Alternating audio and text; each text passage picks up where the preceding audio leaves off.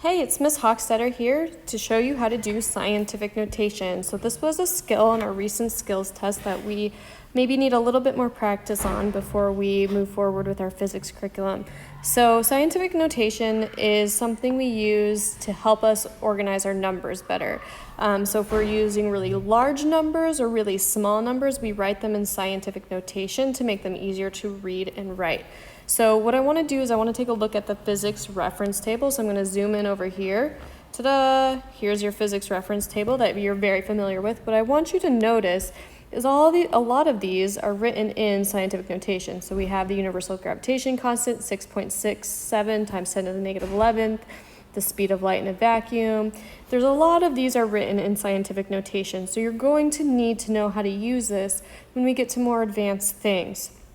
So let's zoom out from that and get talking about how we actually make this happen. So this picture here was taken right from your purple sheet, so scientific notation. So this is what I gave you in class to help you remember how to do it. Some notable things to keep in mind. Scientific notation, this A value is always a number between 1, that's either 1 or less than 10. So we would never have a 2-digit place. We'd never have anything in the tens digit.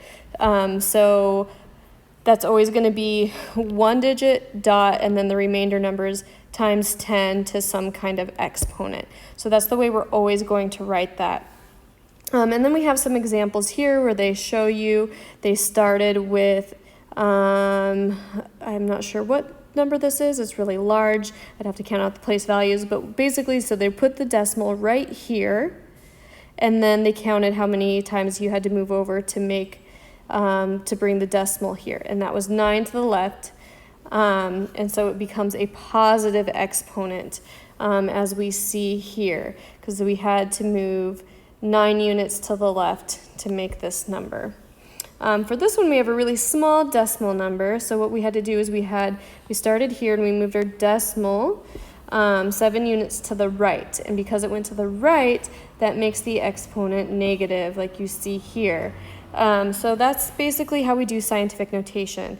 Common mistakes I saw on your skills check. So like, I'm just going to make up a number. Let's say I have 1, 2, 3, 4, 5, 0, 0. So to write this in proper scientific notation, we would count 1, 2, 3, 4, 5, 6 units to the left. So we know it would be 1.234 times 10 to the, I forget how many I said, 1, 2, 3, 4, 5, 6.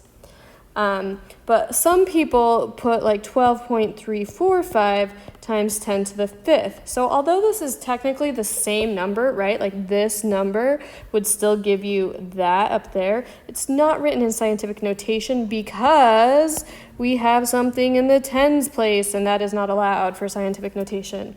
So don't do that. So that's an easy mistake to make. So specifically regarding the question on the sheet, the examples on the online practice purple sheet. Number 3 said, write 86,500 in scientific notation. So to do that, we are going to count and see how many times we need to move the decimal to get just one thing in the ones value. So we know it's going to be 8.65 times 10 to we don't know. So what we're going to do is we're going to start with the decimal here, and we count 1, 2, 3, 4. So we had to move it over 4 to the left, so we know it's going to be positive, so we put a positive 4. And that is your answer to that one. All right, so the next question on number 4 gave us a really small number. So same thing, we always have 1 in the ones place, and then we put the rest of the decimal. So it's going to be 214 times 10 to something. So in this case, we are moving the decimal to the right, so we know it's going to be a negative number. Also, we see that this number is very small, so of course it's going to be to the negative. So that's another way you can think about it. But if we count, we do 1, 2, 3, 4. So this one's negative 4. And we have written it correctly in scientific notation. So if you have any more questions about how to do scientific notations, I can post some links in this video at the bottom for you to get more practice, but hopefully this is enough for you to start doing it on your